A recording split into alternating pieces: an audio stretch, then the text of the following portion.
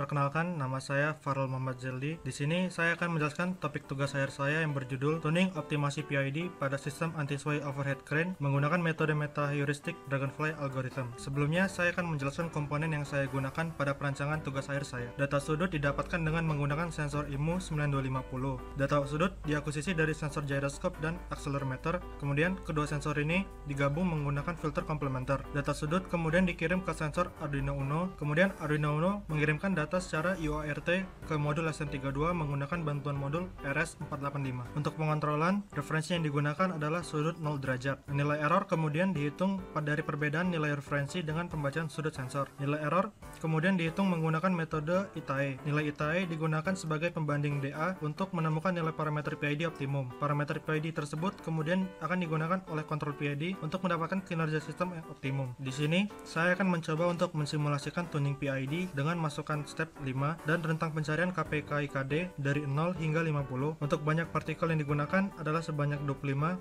dengan iterasi pencarian sebanyak 25. Dapat dilihat pada layar sebelah kiri hasil simulasi nilai parameter KP sebesar 34,0451, KI sebesar 32,0978 dan KD sebesar 0. Di layar sebelah kanan dapat dilihat bagaimana respon sistem ketika diberikan error 5 derajat. Assalamualaikum warahmatullahi wabarakatuh.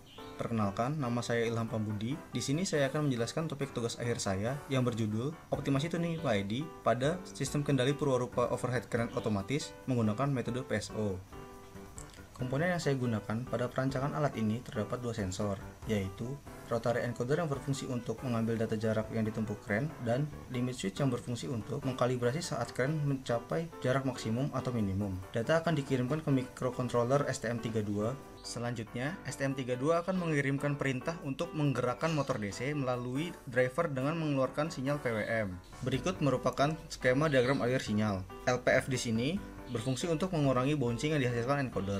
Berikut skema pengontrolan. Referensi merupakan nilai input berupa titik yang dituju crane. Nilai error kemudian dihitung dengan metode ISE dan nilai ISE akan digunakan sebagai pembanding untuk PSO menemukan nilai parameter PID yang optimum. Parameter tersebut akan digunakan kontrol PID untuk mendapatkan kinerja sistem yang baik. Di sini saya akan mencoba untuk mensimulasikan tuning PID dengan menggunakan masukan step 50 dan rentang pencarian KP, KI, dan KD dari 0 hingga 10. Untuk banyak partikel yang digunakan sebanyak 25 dengan iterasi pencarian sebanyak 25. Dapat dilihat pada layar sebelah kanan hasil simulasi bahwa nilai parameter KP sebesar 10, KI sebesar 0, dan KD sebesar 2,5856. Di layar sebelah kiri dapat dilihat bagaimana respon sistem ketika diberi masukan 50. Assalamualaikum warahmatullahi wabarakatuh.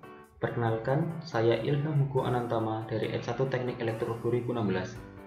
Pada kali ini saya akan membawakan topik tugas akhir saya yang berjudul Perancangan Controlling dan Monitoring pada Human Machine Interface atau HMI untuk Purwarupa Overhead Crane.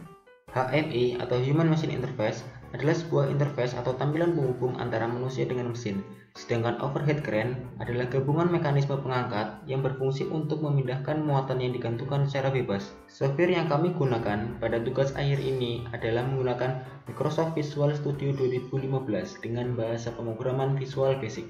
Human Machine Interface atau HMI yang kami gunakan sebagai kendali purwarupa overhead crane mempunyai beberapa fitur seperti login page, setting mode yang terdiri dari kendali otomatis dan kendali manual, serta main interface. Pada main interface terdapat beberapa fungsi utama, diantaranya adalah connectivity, fungsi controlling, fungsi monitoring, serta data recording.